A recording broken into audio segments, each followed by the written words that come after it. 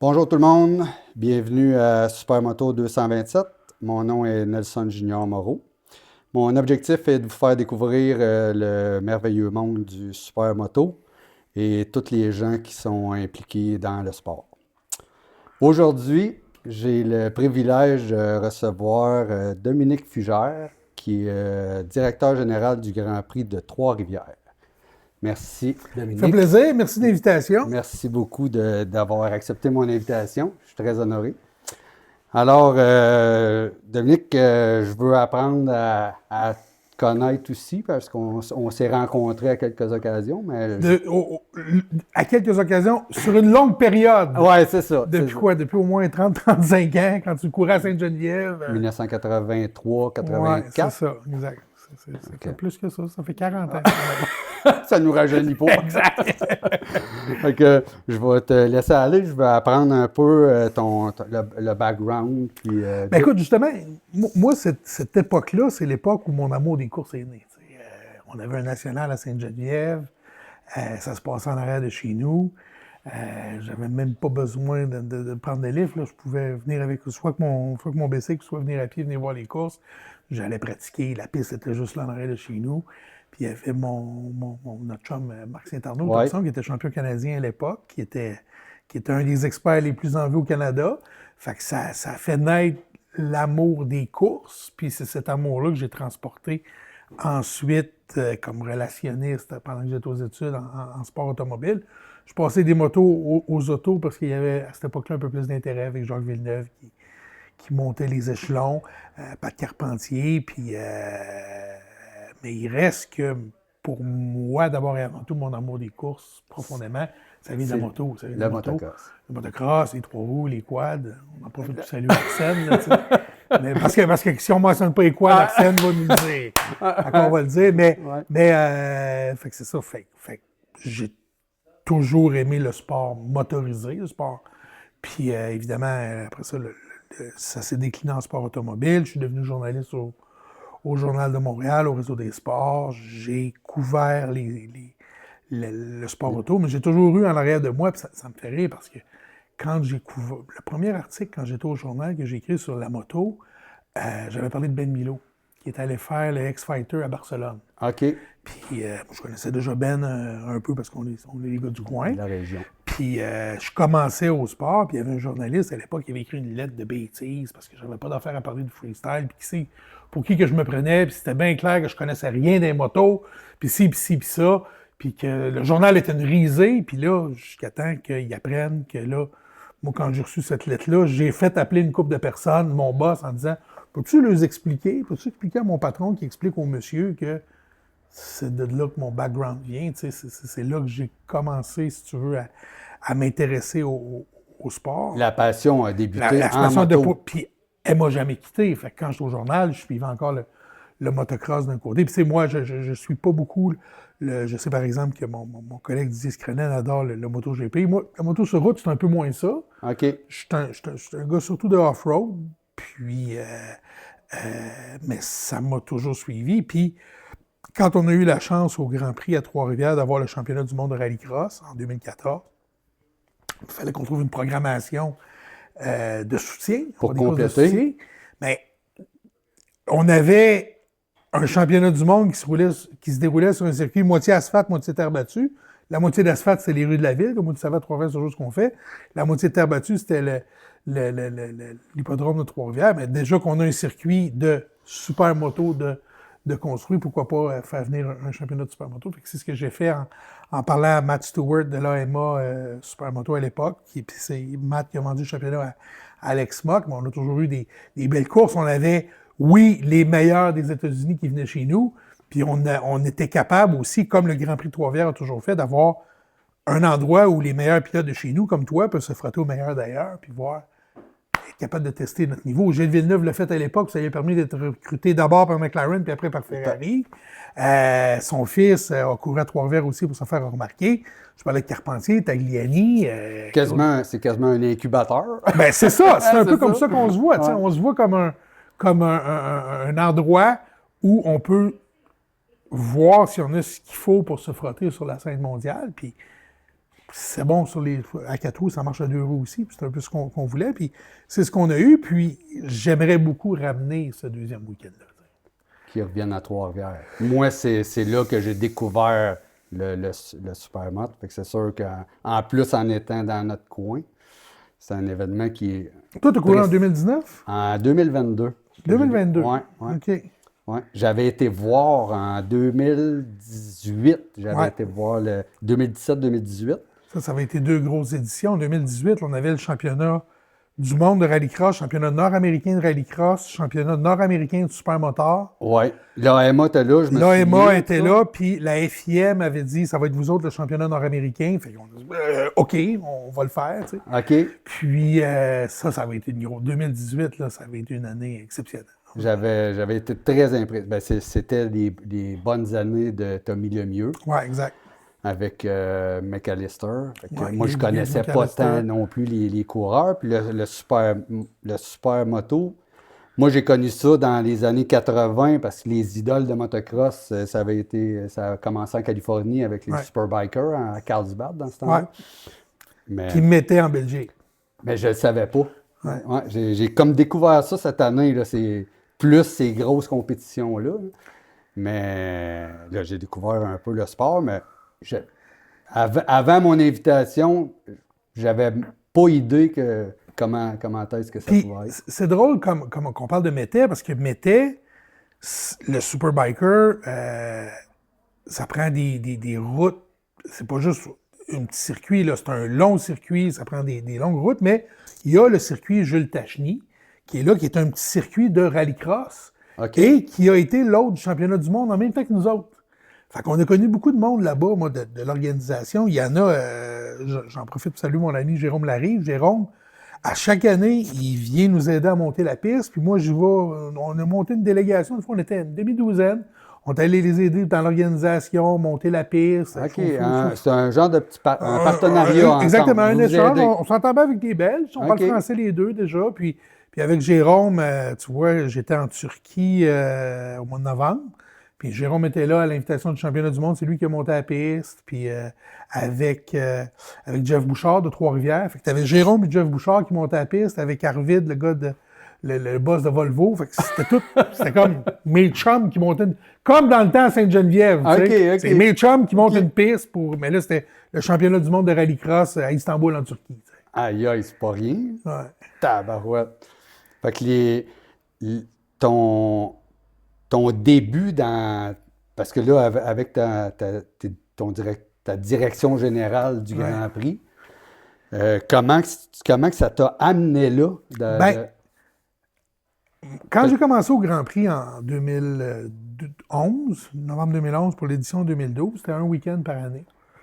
Puis, on avait des bonnes foules, puis j'ai eu une requête de mon ami Jean-Michel Leroy, qui est un gars qui habite au Mans, un journaliste. Moi, j'avais connu Jean-Michel quand j'étais journaliste. OK. Puis Jean-Michel, il m'appelle, puis il dit « Bon, maintenant que tu es rendu le roi du pétrole, le gros patron de course. » Il me parle de rallycross, puis il m'en avait déjà parlé avec son hostie de rallycross. Puis rallycross. Puis là, il me dit « Écoute, j'aimerais bien savoir, il n'y a pas chez vous un endroit où on pourrait faire un circuit mi-asphalte, mi-terre, mi-gravier faudrait, pour avoir le rallycross, les championnats du monde, ils ont besoin d'avoir 8 pays, 3 continents. » Puis là, il dit, il y avait déjà l'Europe, il y avait l'Afrique du Sud, puis il manquait un continent. J'ai dit, ouais, on peut regarder ça. Et pendant qu'il me dit ça, moi, je vois par le châssis, je vois notre circuit qui est dans les rues de Trois-Rivières, puis la piste de l'hippodrome qui est en gravier. Je dis, ouais, je pense qu'il y a moyen de trouver quelque chose qui peut marcher dans ce que tu me dis là. Fait qu'on a décidé en 2014 d'amener le championnat du monde de rallycross avec, comme je le disais tantôt là, en ouverture, vraiment un circuit mi-asphalte, mi-terre battue, un circuit qu'on a dessiné avec Roger Peart, qui est un des maîtres du dessin de circuit routier de l'histoire de la FIA. C'est lui qui a dessiné le circuit Trois-Rivières, mais aussi le circuit Gilles Villeneuve à Montréal. C'est Roger qui l'a vu. C'est un Canadien. Il était à l'époque président de la commission des circuits Mais quand j'ai appelé Roger, j'ai dit, Roger, si j'aimerais ça partir un circuit de rallycross, rallye quoi? Je sais pas, j'en ai jamais fait. Fait qu'on a fait ça ensemble. On a jasé avec AMG, qui était le promoteur à l'époque, avec la FIA. Puis on a monté un design qui, maintenant, est reconnu parmi les beaux circuits historiques de rallycross, curieusement. C'est une discipline qui est quand même assez jeune. Tu sais, t'as Lydden Hill, qui était le premier circuit en 1976. T'as des circuits comme Métais, comme je disais, qui était un circuit de supermoteur qui est devenu un circuit de rallycross, qui se promène entre les deux, parce que c'est le même type de circuit, c'est des surfaces mélangées. T'as Hell en Norvège, t'as Rolies en Suède, puis maintenant, quand les gens parlent des circuits historiques, ils vont parler de Trois-Rivières. Des circuits reconnus. Je ne dis pas historiques, mais ils sont réputés. C'est une belle reconnaissance, c'est vraiment flatteur. Mais aussi, ça nous force à trouver quelque chose à faire, parce que d'avoir ça, que ce soit là, puis qu'on s'en serve pas, qu'on laisse aller ça en jachère, ça fait mal au cœur, ça n'a pas de bon sens. Ah, c'est clair. C'est pour ça qu'on travaille pour ramener le rallycross. On voulait le ramener cet hiver, on l'a eu en 2023. Il y a eu des enjeux avec le promoteur à la FIA. Puis là, ils nous ont dit on n'aura pas de nouveau promoteur avant le mois de mars. Moi, j'ai dit on n'aura plus de glace au bas. Fait que ça va aller à plus tard.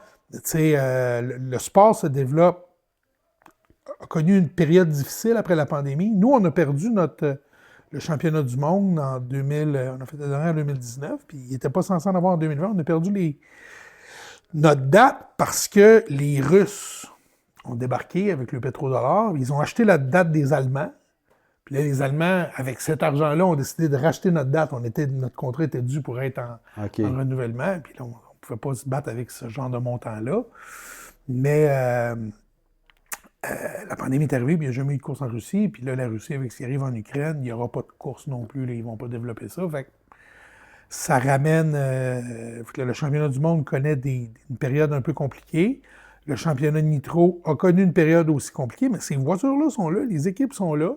L'intérêt est là, puis d'avoir Trois-Rivières sur le calendrier, c'est aussi prestigieux, là, je dis sans fausse modestie. Oh, oui. Fait que on regarde pour ça, puis comme je l'ai dit au début, puis comme je l'ai pensé au début, puis comme ma gang le fait, c'est que tant qu'à avoir ce circuit-là, aussi bien l'exploiter. On va l'exploiter avec des motos qui sont faites pour aller là, avec des quads qui sont faites pour aller là, parce qu'on va se le dire, le super quad, ça donne un méchant show. Là, ah oui. Il y en a qui disent, ouais, t'enlèves le risque de chute. Ouais, t'enlèves le risque de chute. Mais ça marche, tu sais. Des moteurs à peine. C'est impressionnant. Ouais, puis c'est avec des moteurs à peine trichés d'Arsène, je veux dire, ça marche. Mais c'est ça. Puis c'est drôle parce qu'on parlait de Matt Stewart tantôt. Puis écoute, ça fait... Quand est-ce qu'on a fait la première? En 2018? Ça fait bientôt 8 ans. De Supermoto et quad. Oui, à Sainte-Geneviève. OK. Fait qu'on a fait... Nous autres, à partir de 2015, on a eu des Supermotos et des Superquads au Grand Prix. Puis après ça, en 2018, on était chez Tucson, dans le garage chez eux, avec son frère, puis une gang de gars, puis une caisse de bière de trop. Puis il est 3 heures plus tard ici qu'en Californie. Fait qu'il était rendu genre minuit moins quart ici, mais il était juste 9 heures moins quart en Californie. On fait un téléphone? Pour le téléphone. Fait que j'ai appelé Matt Stewart, qui était le promoteur à l'époque. Puis là, j'ai dit, va donc sur Google Maps, je t'ai envoyé un lien. Puis c'est comme ça qu'on a dessiné le circuit autour du garage municipal, dans le terrain de balle à Sainte-Geneviève. Ah, ouais? Ouais. Puis Matt nous a aidés. Puis là, il voulait envoyer des pilotes américains, mais ça ne fitait pas dans le calendrier. Mais nous autres, ça faisait notre affaire parce que ça permettait d'avoir une date de plus dans le championnat de Supermoto Québec. Puis aussi, ça permettait à ceux qui voulaient juste faire Trois-Rivières, au moins de se dérouiller un peu, tu sais, puis de venir. OK. Fait c'est là qu'on a commencé. C'était particulier, moi, pour l'avoir fait en 2023. Ouais. C'était impressionnant à tabarouette. Ah oui, c'était dans un circuit serré. Serré. C'est un vrai... avec les poteaux de...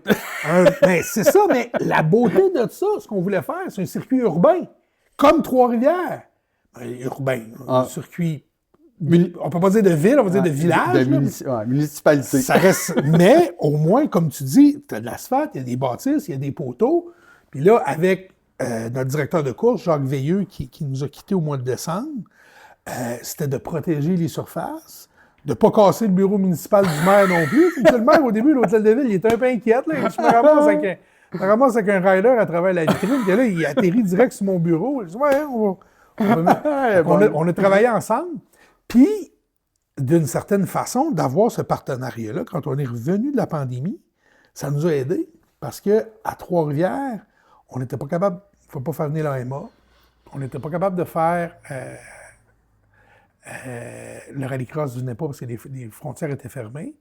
Mais en roulant à Sainte-Geneviève, en supermoto, en superquad, puis à Saint-Grégoire, en karting à Saint-Célestin, pardon, ça nous permettait d'avoir nos 2 week-ends d'activité. Même s'il y en a un qui n'était pas à Trois-Rivières, ça a froissé les gens, mais il reste que nous autres. Mais ça nous permettait quand même d'avoir nos 2 week-ends d'activité. Mais dans des conditions sanitaires correctes, on avait fait comme au Grand Prix. Ça avait été compliqué. Oui, nous autres, on l'appelle intimement le Grand Prix 2021, le festival de clôture à Trois-Rivières. Là. Il y avait vraiment des clôtures partout pour délimiter les zones. Puis c'était correct, on est content de l'avoir fait, on est content d'avoir démontré que ça pouvait être fait, un événement dans ces... Puis pour les participants... C'était beaucoup de travail pour vous autres. Là. Oui, mais ça valait la peine. Ça nous a permis d'être là avant. Tu sais, puis on a eu l'inspiration de NASCAR aussi, parce que NASCAR a été le premier sport professionnel à recommencer. Puis eux autres, la façon dont ils l'expliquaient, c'est qu'ils disaient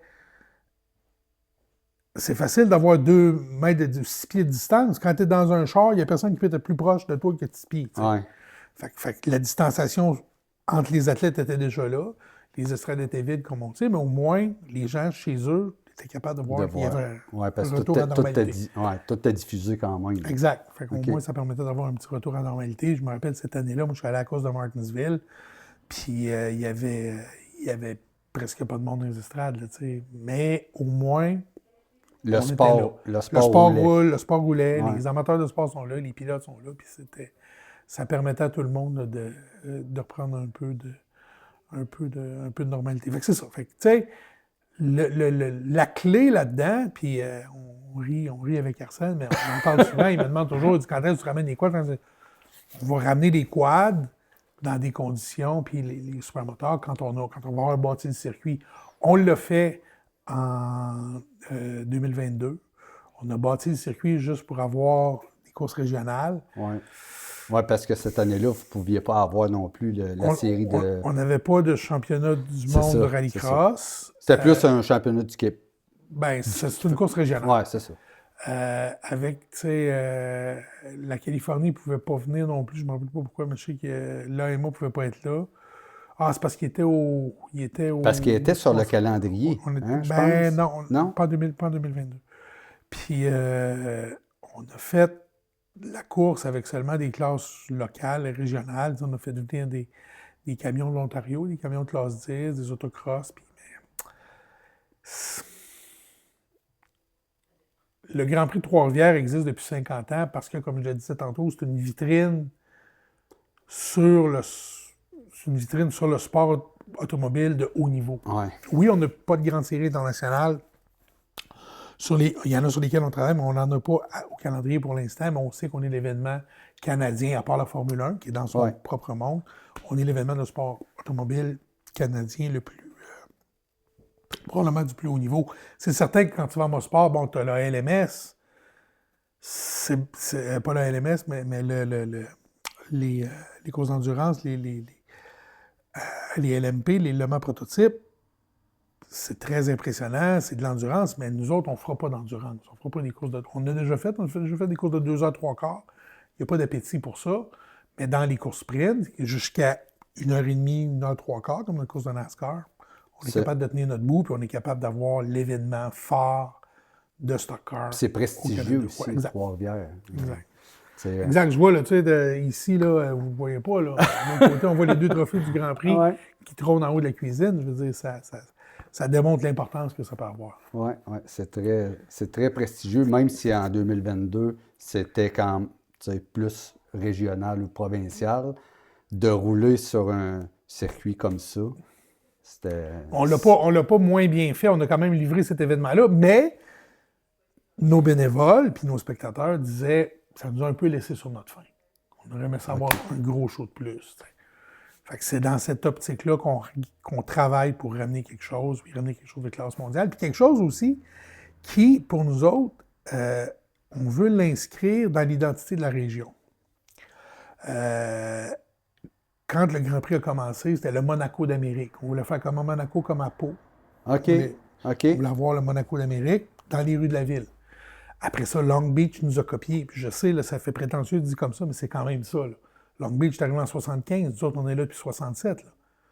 Là.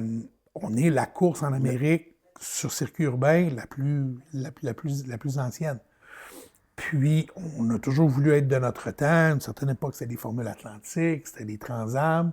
On est allé vers l'Indy Light. Quand l'Indy Light a perdu de la vitesse, on a décidé de se concentrer sur le stocker parce qu'on avait beaucoup, non seulement de pilotes, mais d'équipes québécoises qui faisaient leur marque. OK, en stocker. Ben oui, les Dumoulin. Qui est le NASCAR. En NASCAR. Oui, c'est ça. Fait que d'avoir NASCAR Canada, d'avoir la course la plus importante du championnat, le plus important au Canada, pour nous autres, c'est important, mais on aimerait ça. Ajouter une dimension internationale. La pandémie a bougé les choses, mais là, on reprend le collier. Puis quand je te parlais de s'inscrire dans l'ère du temps et dans l'identité régionale, ici, on n'est pas à Trois-Rivières, on est à Shawinigan. Ouais. Mais il reste que de Shawinigan jusqu'à Bécancour, c'est la vallée de la transition énergétique. Puis on a eu des courses de voitures électriques. En 2017, on a organisé la Formule électrique à Montréal, c'est notre organisation qui l'a organisée. OK. Qui a fait toute l'organisation sportive. Le bout qui a bien été, là, c'est nous autres. Le bout qui a moins bien été, on le laisse aux autres, mais on va quand même prendre le crédit de ça. Prendre le crédit de ce bout-là, du bout qui a bien été. Après ça, on a eu le championnat Nitro en 2023 sur la glace, avec des voitures électriques qui développent 1100 chevaux, 4 moteurs, des pneus absolument déments. La voiture fait de 0 à 100 km/h en 1,8 secondes. C'est épouvantable. C'est épouvantable. Ils partent à 4 de large. Fait qu'on a été capable d'avoir ça. On se préparait cet hiver à voir la bataille des technologies du championnat du monde où on avait des voitures électriques. On avait aussi des voitures avec des moteurs thermiques, des moteurs à explosion. Pas explosion, c'est ce qu'il faut dire, combustion interne. Moteur à explosion, ça porte à confusion. Des moteurs à combustion interne avec des carburants synthétiques qui sont 100% renouvelables.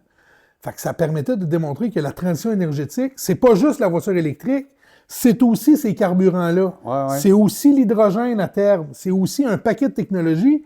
Et on est dans un des endroits en Amérique du Nord qui ont été désignés et qui sont les plus dynamiques dans le développement de ces technologies-là. Mais ces technologies-là, là, on veut que les gens les voient. On veut que les gens les touchent, les sentent, les reconnaissent. Et la meilleure façon de faire ça, depuis que l'automobile existe, depuis que la moto existe, c'est de faire des compétitions.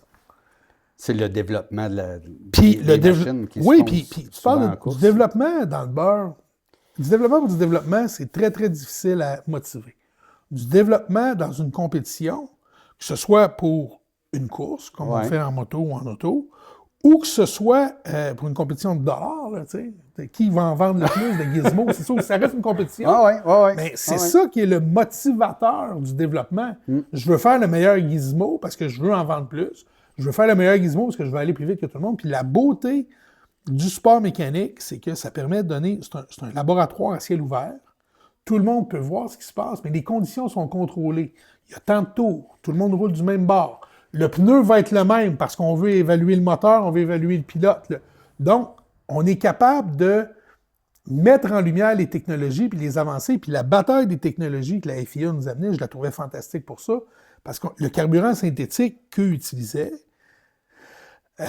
on l'utilise chez nous, nous autres, depuis 4 ans, là, dans le défi urbain Chevrolet. On a un carburant... Ben oui, tu vois. OK. Tu venais à Trois-Rivières, tu ne savais même pas. Ben non. Mais on utilise un carburant synthétique, renouvelable, qui provient d'hydrogène vert, puis des alcools de deuxième génération, puis de carbone capturé dans l'atmosphère. Puis on le fait rouler dans des moteurs qui ont été designés en 1958, des moteurs démodifiés, là, des Sportsman, des voitures de terre battue. Ouais. C'est un moteur destiné en 1958, le V8 Chevrolet. Là. Fait que ça, on roulait là-dedans, mais on a aussi, comme je disais, des voitures électriques.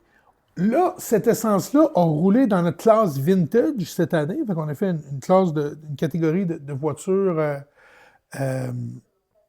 des voitures de course vintage, des anciennes, là, des Mustangs des années 60, des Corvettes des années 70, il y avait une Lancia de 1975. Mais là, cette année, on a des prototypes radicaux qui roulent avec des moteurs de 1,6 litres, ça ressemble à un moteur de moto. Ben, on va les faire rouler au carburant synthétique. Fait que toute la gamme Vont tous rouler avec le même carburant. Exactement. Okay, ils vont rouler avec un carburant qui est non pétrolier, qui nous amène dans la transition énergétique. Fait que c'est ce qu'on veut faire. C'est pour ça que je viens t'en parler. Là. Ça me fait plaisir, c'est de pouvoir mettre la lumière sur, oui, on fait des courses de char, puis de bicycle, puis de quad qui tournent en rond, mais on aide au développement, on aide à la visibilité de ces nouvelles technologies-là qui vont nous aider à gagner le combat contre les changements climatiques. Ça ne sera pas nécessairement juste l'électricité, ça ne sera pas nécessairement juste les carburants synthétiques, ça ne sera pas nécessairement juste l'hydrogène, ça va être un mélange de tout ça, mais on veut être l'endroit qui va permettre aux gens de connaître ces technologies et de les choisir. De dire, moi, la technologie que j'aime mieux, parce que je les regarde.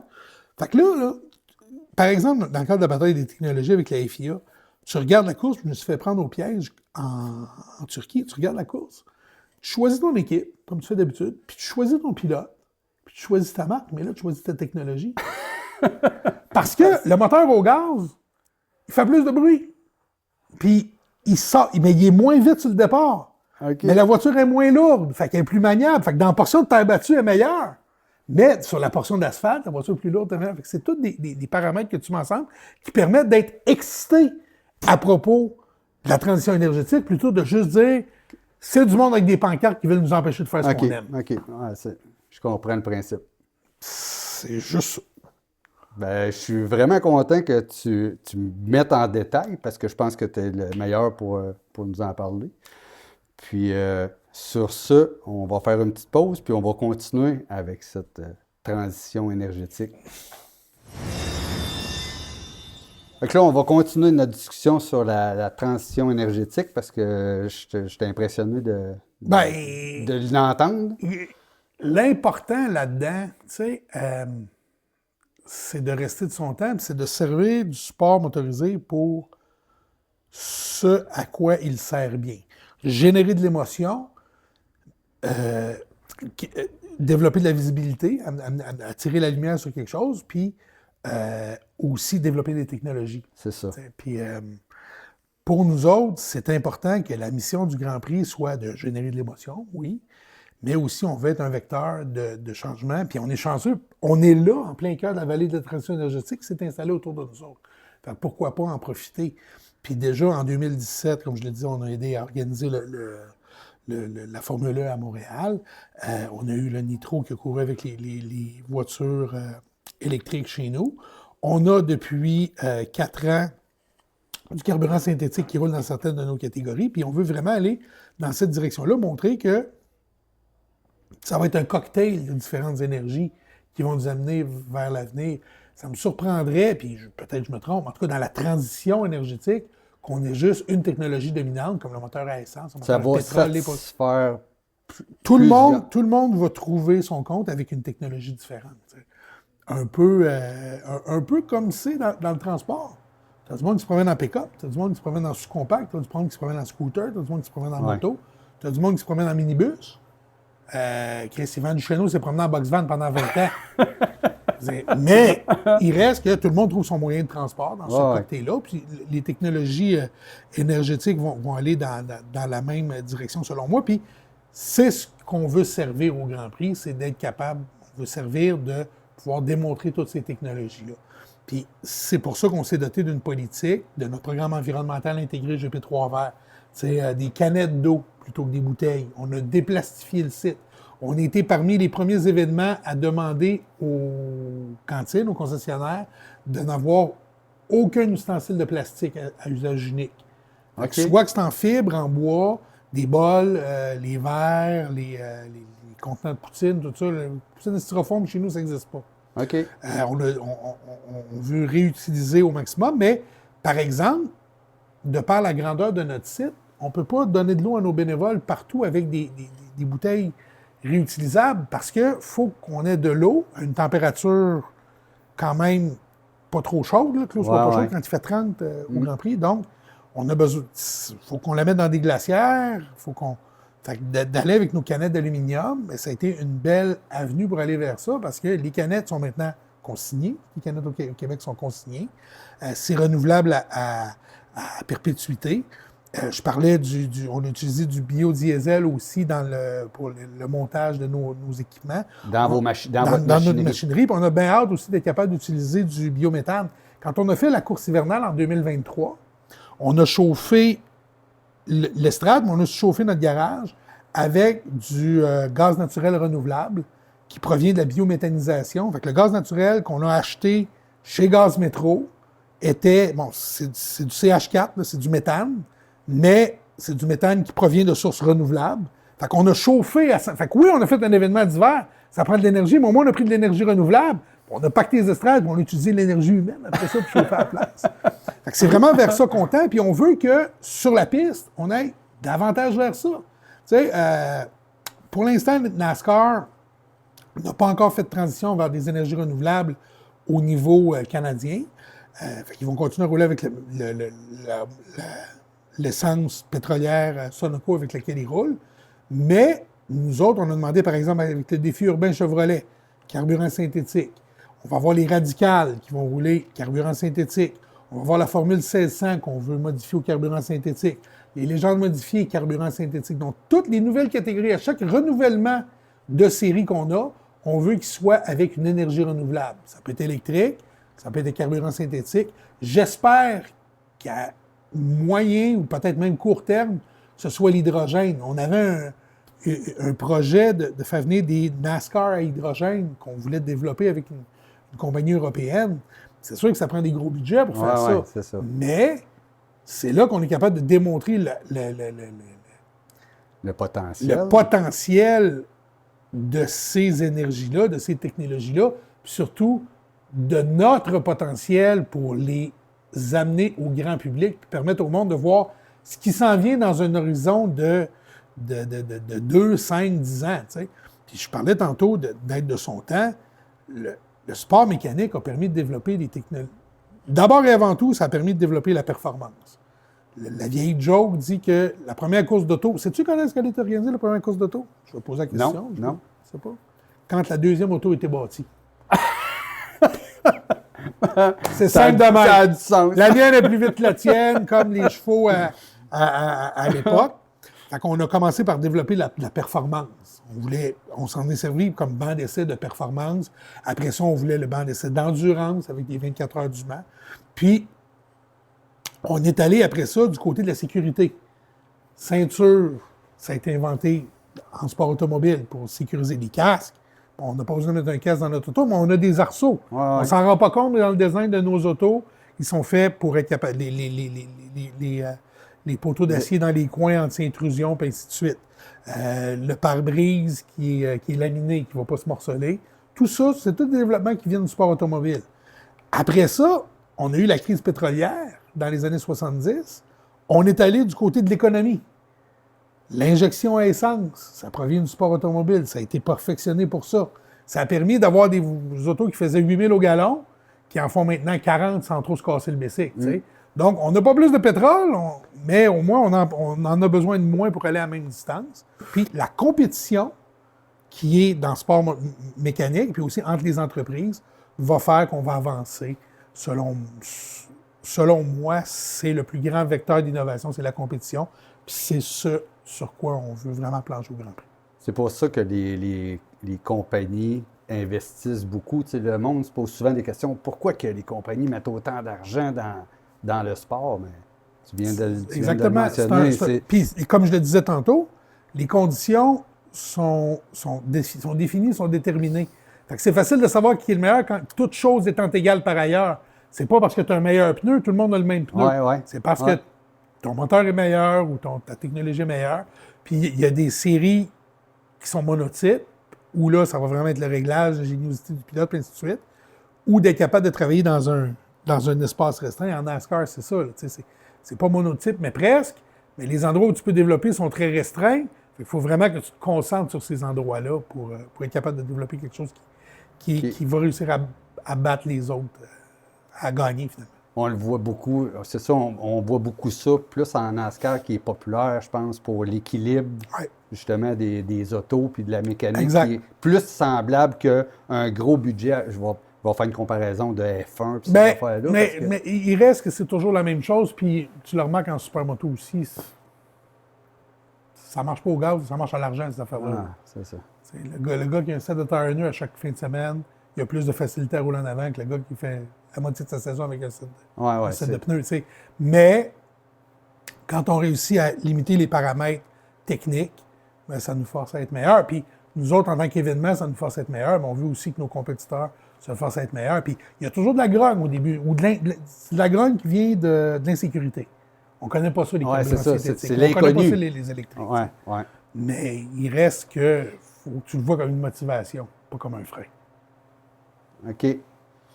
Fait que là, dans le fond, comme la série un peu Nitro qu'il y a eu l'an Ouais. passé, c'est que toutes les machines étaient Sensiblement, sensiblement pareil. pareilles.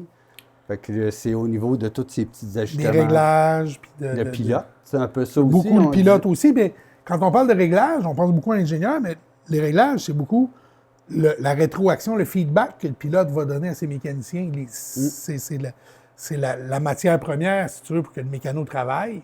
C'est d'avoir une voiture que le pilote va être capable d'amener, va peut-être être un peu moins confortable, mais plus rapide. Ou s'il est plus confortable, il va être plus rapide. C'est trouver l'équilibre. L'équilibre. Toujours l'équilibre là-dedans. Puis justement, moi, j'adore le supermoto pour ça. Parce que c'est un sport, ce qui donne de l'émotion, puis ce qui donne du spectacle dans les sports, peu importe lesquels qu'ils sont, c'est les erreurs. C'est de diminuer au maximum les erreurs. Au minimum, les erreurs, en tout cas, anyway. Mais quand on a un sport comme le rallycross ou comme le supermoto, qui est sur deux surfaces en même temps, tu es obligé de faire des compromis. Et quand tu fais des compromis, tu génères des erreurs. Ouais. Si tu es bon sur la portion de terre, tu vas être obligé de sacrifier de la vitesse sur la portion d'asphalte. Et vice-versa. Puis tu as plus de chances de faire des erreurs qui vont permettre à tes adversaires de te dépasser, de se battre contre toi, de venir te challenger, et vice-versa. Ouais. Fait que d'un plus grand potentiel d'erreur, plus de potentiel de spectacle. C'est pour ça que je pense que c'est un sport qui est fait sur mesure pour donner du bon spectacle, puis pour créer de l'émotion. Fait que ton opinion sur le supermoto au Québec, comment tu vois ça avec... Ben, ce que j'aime du supermoto, c'est que c'est un peu comme le rallycross. C'est probablement, dans les disciplines de championnat du monde, du côté de la FIA, le sport le moins onéreux, le moins dispendieux. Puis c'est un peu la même chose du côté du supermoto. C'est pas vrai... Ça se compare au motocross, me diras-tu, Ouais. mais c'est pas vraiment plus cher. Fait que ça permet d'avoir un sport d'entrée de gamme, puis un sport où, en motocross, tu peux te faire mal vite et bien. Là. Ouais. Ouais. Tandis que je le considère comme un sport peut-être un peu plus accessible pour une plus grande gamme de pilotes. Ça pardonne plus. Exact. Ouais. Et tu as une plus grande latitude avant d'être obligé de prendre des risques. Ouais. En motocross, si tu prends pas de risque, tu n'avanceras pas. Ouais, t'as raison. Puis, il y a toujours le risque de chute, mais il y a le risque de chute au niveau du sol, puis il y a le risque de chute 40 pieds dans les airs. Ça aussi, ça y fait. Là, alors que, tu sais, Tucson, Marc Saint-Arnaud, quand il bâtit la piste de super moteur, on est toujours en train de se pogner avec. Ça finit toujours en engueulade parce que lui, il voudrait que la portion de terre, ça soit un super cross. Avec des épines de J'aimerais même, bien avec- ça, moi aussi. Ben, c'est ça! Tu sais, c'est toujours comme, ouais, mais là, t'as une affaire, c'est bon, rien, puis c'est pour les faibles, puis ouais, je comprends. Mais quand tu iras aussi vite que les autres sur la portion d'asphalte, on en reparlera. Ouais. Fait que oui, tu sais, c'est pas un supercross. Non. C'est différent. C'est un sport de compromis.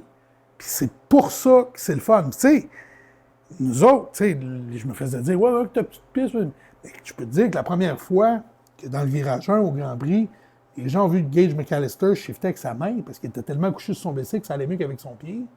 Ils ont compris qu'il donnait tout ce qu'il y avait, là. Ah ouais. Non, c'est un sport qui est très impressionnant. Ouais.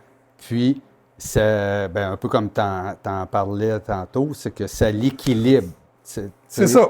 Ça donne un spectacle, justement, pour ceux qui sont un peu plus à l'aise. Mettons, les gars de motocross qui sont un peu plus à l'aise dans la partie terre, qui tombent en partie asphalte. Moi, c'est ce que je m'étais fait conseiller quand j'ai commencé, de dire, bon, mais c'est quoi le compromis que tu es prêt à faire, tu sais? Ta machine, faut-tu qu'elle roule 2000 à l'heure de plus, ou kilomètre-heure de plus, ou tu veux qu'elle adhère pas pire dans ta section terre? C'est ça. C'est tout le temps de compromis, puis le pourcentage... Puis, le supermoto, c'est pas compliqué. Moi, j'adore le rallycross. C'est pas un secret pour personne. C'est pas pour rien qu'on a amené le championnat du monde chez nous. C'est du rallycross sur 2 roues. Puis, tu parles de compromis. Le meilleur exemple que je vais donner, c'est quand Jacques Villeneuve est venu chez nous en 2014. Jacques a couru en rallycross. Il était content de venir à Trois-Rivières. Il avait toujours bien performé, même s'il n'avait jamais gagné. Il n'a toujours jamais gagné à Trois-Rivières, d'ailleurs. Invitation. Puis, Jacques parle avec son ingénieur, puis là, il dit faut que tu mettes ça le plus bas possible pour ça, pour la portion en sortant du 9, puis là, le virage Villeneuve, justement, à nom de son père. On arrive dans le 1, puis il dit faut que l'auto soit le plus bas possible pour être capable de rester à l'intérieur, puis je vais être capable de faire tout le monde là. Il a raison. C'est comme ça que c'est le coin, le virage le plus important du circuit, il est là. Tu as la sortie du 10 à l'accélération, puis tu as le passage de ce virage-là. C'est là que tes dépassements se font. Puis là, l'ingénieur dit ouais, OK, c'est correct. Puis là, il dit non, mais là, Jacques, la voiture n'est pas assez basse. Il dit ouais, mais là, si tu la baisses plus que ça, tu vas arracher le tour dans la portion de terre. Non, mais baisse-la. Regarde, on la laisse de même, tu vas y aller. Puis Jacques part, puis il se qualifie pour la demi-finale, je pense, ou en tout cas pour la prochaine qualif. Puis là, il dit à son ingénieur, là, je suis tanné, ça marche pas, t'as vu, je me suis fait dépasser, tu vas me dropper ça d'un autre X centimètres. Ben oui, et qu'est-ce qui est arrivé? Tout arraché. La tank à gaz est restée dans la piste. Après le saut, la tank à gaz est restée là, puis ça a été... Fait que il faut que tu fasses des compromis, t'as pas le choix. Je comprends, là, mon ami Jacques, je comprends de l'avoir voulu passer dans le... Mais...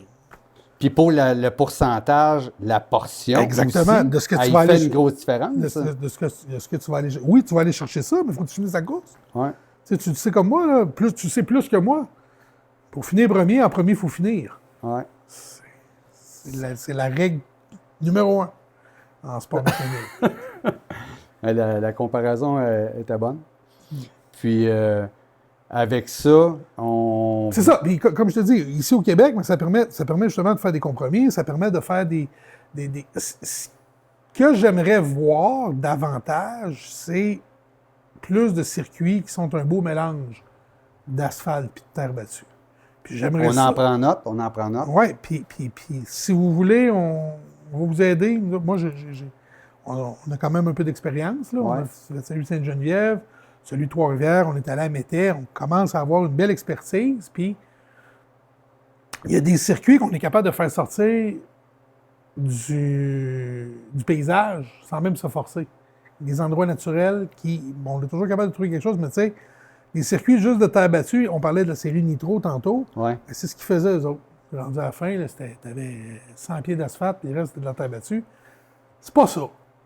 C'est la même chose, ça. Si tu as juste de l'asphalte, c'est pas ça. Non. Puis si tu as juste de la terre battue, c'est pas ça non plus. Puis c'est pas de garocher un voyage de sable sur une portion d'asphalte non plus. Non. Tu veux un circuit organique qui va se développer avec le terrain qui est autour. Puis je pense que c'est vraiment vers ça qu'on doit aller. Puis nous autres, à Sainte-Geneviève, pour 1 million de raisons, on a levé la pédale douce pour les courses l'été, les courses de supermoto. Parce qu'il reste que, on ne se comprend pas d'histoire, c'est l'organisation et beaucoup de travail.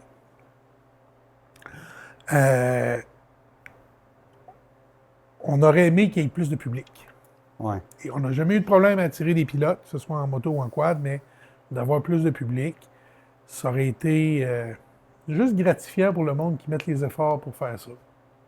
C'est souvent ça aussi. Hein? Oui, mais si le sport se développe avec quelques places qui sont davantage justement des circuits, pas faits sur mesure pour le supermoto, mais un beau mélange d'asphalte et de terre battue. On pourrait-tu dire, admettons, d'autres circuits urbains? D'autres circuits dans les agglomérations, Ouais. vous appelez comme ça, ça serait bien le fun, mais il faut que la municipalité le veulent. Ça te prend un comité d'organisation assez enragé, on va le dire comme ça. C'est de l'ouvrage. Ouvert à ça aussi. Ouvert à ça. Mais on est vraiment pas contre lui. Mais je pense que c'est vraiment vers ça qu'il faut se diriger. Tu sais, quand il y avait le Supercross au stade, c'était la grande messe de la moto. Là. Les autobus partaient de tous les villages au Québec qui s'en allaient là. Puis on entassait 55 000 personnes au stade olympique. On s'ennuie de ça. Moi, c'est ce que je veux que le Grand Prix de Trois-Rivières soit à terme. C'est pour ça qu'on a fait la course un peu plus régionale. On voulait garder ça en vie, mais financièrement, ça ne le faisait pas. Mais si on est capable d'avoir l'AMA qui est chez nous, si on est capable d'avoir un championnat du monde de rallycross, bien là, on a du monde, le monde de terre, le monde qui vient plus des régions, vont converger chez nous, puis vont venir s'offrir un party. Puis c'est là qu'on est capable d'avoir un impact. Je reviens avec ça, je sais que je suis fatiguant, mais il reste que c'est notre signature avec notre programme GP3R. C'est là qu'on va être capable de dire à des gens pour qui c'est moins naturel la voiture électrique. Quelqu'un qui reste à Rouyn-Noranda ou qui veut traverser, là, qui reste à Chicoutimi, qui veut traverser à Bac, on lui explique qu'il y a d'autres technologies qui s'en viennent qui vont te permettre de faire aussi ta part, ou en tout cas de pouvoir continuer dans une façon plus respectueuse de l'environnement. Tu sais, quand il y avait les premières autos, là, il y avait un gars en avant avec un drapeau qui passait pour qu'il frappe personne. À un moment donné, on a pensé de mettre des lumières en avant. Tu sais, puis au Grand Prix, j'ai un grand cadre dans mon bureau, puis je m'en sers souvent pour expliquer, c'est le premier départ de la Coupe du Maire en 1967. Les voitures sont alignées, ils ne vont pas dans le même bord. Puis, la seule chose qui empêche les voitures de tourner sur la rue du stade, c'est une balle de foin dans le milieu. Puis là, tu as des gens qui sont alignés tout le long, comme ça, avec un bord de trottoir haut comme ça, qui les sépare des voitures. On ferait plus ça. Ben non. Mais à l'époque, quand ils ont décidé de mettre des murs de béton, pourquoi on met des blocs de béton? Là? Personne n'est mort encore. On n'attendra pas d'avoir un mort. Exactement. On va mettre des blocs de béton, puis là, finalement, les gens... Fait que c'est une progression, c'est une transition qu'on veut faire, puis d'avoir le Grand Prix de Trois-Rivières, tant dans sa portion course automobile, stock car, circuit routier, que dans notre circuit mi-asphalte, mi-terre battue, pour démontrer que on va peut-être aller vers les murs de béton, vers autre chose de plus sécuritaire, ou en tout cas de notre temps, qui est meilleur que ce qu'on fait avec le pétrole. Le pétrole va garder sa place dans certains usages. Ça va en prendre. Ah ouais. Mais au moins, on est capable, encore une fois, d'exposer les technologies, puis c'est ce à quoi je veux qu'on serve. Puis un peu comme tu dis, c'est la transition, c'est pas aussi drastique que de partir de l'essence. On fait pas ça dans une journée. Non. Puis on fait pas, tu sais, puis de mettre ça me fait bien rire. Là, en 2030, on ne vendra plus de voitures à essence. OK. En 2035, on ne vendra plus de voitures à essence. La semaine prochaine, on va être 2040. Tu sais. Puis, ceci étant dit, les carburants synthétiques qu'on utilise, j'en parle souvent, mais pour nous autres, on ne va pas prendre toutes les voitures qui roulent avec de l'essence, puis juste les garrocher à cour à scrap. Tu sais, BPU ici, puis Gravel, là, ils vont manquer de place pour mettre les... C'est sûr. Bon, mais si on est capable de continuer avec une essence drop-in, comme il y avait le projet Bioénergie là-dessus, qui était dans cette direction-là aussi, faire marcher ça dans des moteurs comme ça, des billes mécaniques suédoises ou néerlandaises, je ne sais pas si c'est un KTM ou un Husqvarna ou encore les deux. Je sais que c'est un Husqvarna. C'est la même chose. C'est pour ça que je te dis, je ne sais pas s'il est plus suédois ou néerlandais, mais bon. Mais on est juste capable de mettre cette essence-là qui chimiquement est à peu près la même chose. Mais ça nous amène une alternative. Puis peut-être que quand on va arrêter d'en faire, on va les user, on va passer vers de l'électrique ou vers de l'hydrogène ou vers autre chose. Mais au moins, on va pouvoir faire cette transition-là sans être obligé de donner un électrochoc. Exact. Puis pour des gars de moteur un peu, je pense qu'on se considère la même. C'est moins drastique. T'as raison. Dire, je vais l'essayer, moi, le gaz synthétique. Puis, quand la FIA a eu l'idée de la bataille des technologies pour le rallycross, c'est parfait. Les courses sont courtes. Les courses durent au maximum 10 minutes. Tu n'as pas de problème d'autonomie. Mais il y a quand même un problème d'autonomie parce qu'ils développent 800 forces au roue. Là. Pour développer ça, c'est pas comme rouler à 110 sur l'autoroute. Non. Mais je te cacherai pas que moi, l'électrique contre le thermique, quand ça passe à la ligne, ça n'a pas de bon sens, là. L'autre, on dirait qu'il est arrêté, là. C'est on-off, là. C'est instantané. Ça part, ça décolle, ça sort du trou. Mais quand il arrive dans le virage, il y en a un qui est moins pesant que l'autre. Donc, tu brûles de l'énergie électrique à traîner ta batterie aussi. C'est le bout qui n'est pas nécessairement très efficace. Fait que c'est tous des paramètres qu'il faut tenir en compte. Puis que le sport motorisé nous permet de voir, parce que c'est un sport, on a un chrono, on mesure, puis on est un contre l'autre. Ça, moi, c'est à ça qu'on sert, je le dis encore, c'est ça à quoi je veux qu'on sert. C'est à ça qu'elle sert la recherche et développement des entreprises. Puis t'as beau faire tous les laboratoires que tu veux, puis t'as beau faire toutes les simulations que tu veux, tu réussiras jamais à convaincre quelqu'un que quand t'en mets un à côté de l'autre avec la ligne, on drop la guenille, puis on y va. Je suis content que tu décortiques un peu toutes ces sphères-là du sport motorisé, puis que tu inclus notre sport de supermoto aussi, parce que moi, le premier, je vais être heureux de l'essayer, parce que ça ne changera rien, un peu comme tu m'expliquais tantôt, que ce soit de l'essence ou que ce soit du synthétique.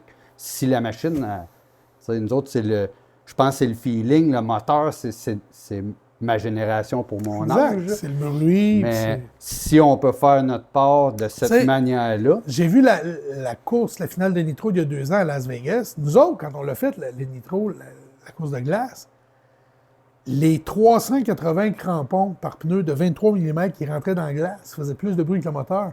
Mais ça te menait un méchant vacarme, là. Ça devait être incroyable. C'est qui fasse, qui fasse pas. Fait que ça nous permettait quand même d'avoir un certain feeling grâce au bruit, mais le drone faisait plus de bruit que les autos. Ah ouais? On entendait le drone, tu sais. Sauf que quand je suis allé à Las Vegas, la finale qui était sur une piste qui était à 80% en terre battue, c'était bien impressionnant, il y avait des soupes et tout, mais quand les voitures partaient, on ne savait même pas. C'est comme tu les sens pas partir, tu les entends pas. Ils faisaient le gros possible en mettant des gros bruits de battement de cœur, potoum. Mais il manque ce quelque chose. Il manque un petit quelque chose, puis on va trouver c'est quoi. Puis on ne veut pas mettre des speakers et du bruit, là, mais on va trouver c'est quoi. Le bruit qu'il y a dans l'habitacle de la voiture électrique, là, je vous invite à aller voir, là, si vous regardez les voitures de Nitro, là, les FC1X, s'il y a des caméras embarquées, le bruit que ça fait à l'intérieur, juste de diffuser ce bruit-là, ça changerait complètement la perspective parce que ça mène un méchant vacarme, puis là, tu entends la suspension travailler, puis tu entends cochic. Puis le moteur qui scille aussi, là. De l'extérieur, on l'entend pas tant que ça, mais de l'intérieur, on l'entend beaucoup. D'amplifier ce bruit-là, puis d'en faire profiter les amateurs, ça pourrait être la clé. C'est peut-être le feeling qui va nous rapprocher du bruit du moteur. Ben, sur ça, on va prendre une petite pause. Puis pause? On va revenir avec le mot de la fin. Fait qu'après avoir parlé de tout ce qui entoure écologiquement le Grand Prix Sainte-Geneviève, puis ta grosse organisation du Grand Prix de Trois-Rivières. 1000 bénévoles. On est chanceux, on a la permission encore de faire ça en plein milieu de la ville. On n'a pas juste la permission, on a l'appui de la ville, l'appui de Tourisme Québec. Un privilège aujourd'hui, quasiment? On va le dire comme ça. Tu as entièrement raison. C'est un privilège, puis on veut l'exploiter. On veut que les gens soient fiers de nous offrir ce privilège. Bien, je pense que d'en parler, c'est une fierté. Ouais. Puis je vais te remercier encore d'être venu. Pour moi, plaisir, c'est une fierté de t'accueillir aussi. Bon, quand c'est le temps de parler de moto, quand c'est le temps de parler de développement durable, quand c'est le temps de parler de passion. Je réponds pas mal tout à présent. Je suis vraiment content, puis tu m'en as appris beaucoup. Je vais me coucher avec le cerveau va me virer. Correct, ça. Oui, puis ça me fait découvrir. Oui, parce qu'au nombre de fois qu'on se fait dire que vous êtes juste du monde qui tourne en rond, qui brûle du gaz, c'est le fun de montrer qu'on est capable aussi de réfléchir et de faire avancer. Oui, puis d'avoir une autre vision. Ouais.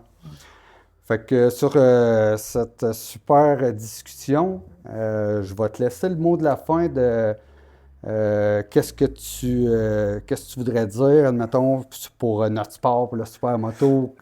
Qu'est-ce que tu espérais? Ce que je nous souhaite collectivement, pour le sport motorisé en général au Québec, c'est de continuer d'être parmi les leaders. Je nous souhaite aussi de rester de notre temps et de pouvoir être vu comme faisant partie des solutions, de la solution, puis pas juste être pointé du doigt comme faisant partie du problème. Puis, ce qui me permet de lancer une invitation, parce que ce que je nous souhaite, c'est d'avoir une occasion dans les prochains mois, peut-être les prochaines années, de ramener le supermoteur, de ramener le superquad, salut Arsène, de ramener le rallycross aussi, et de les ramener dans la perspective de développement durable qu'on s'est donné, de vous faire tester l'essence synthétique, d'amener des motos électriques peut-être aussi, les faire rouler une contre l'autre, les mixer, voir comment ça se développe. Donc, je me donne le souhait, je veux nous offrir le souhait d'avoir cette plateforme-là au Grand Prix de Trois-Rivières pour pouvoir développer des choses, essayer des choses, puis surtout mettre en valeur puis montrer ces choses-là au monde en développant beaucoup d'émotions d'abord et avant tout. Ben, c'est avec un grand souhait. Je vais souhaiter avoir la chance de reparticiper à ce super événement. Puis, je te remercie encore. Ça fait plaisir. Merci beaucoup. Merci infiniment. Puis, on va continuer à suivre les épisodes de Supermoto 227, ça s'appelle? Exactement, exactement. Fait que sur cette super discussion, ben, je vous remercie de nous avoir écoutés. Vous pouvez nous suivre sur la chaîne YouTube Supermoto 227 et je vous dis à une prochaine.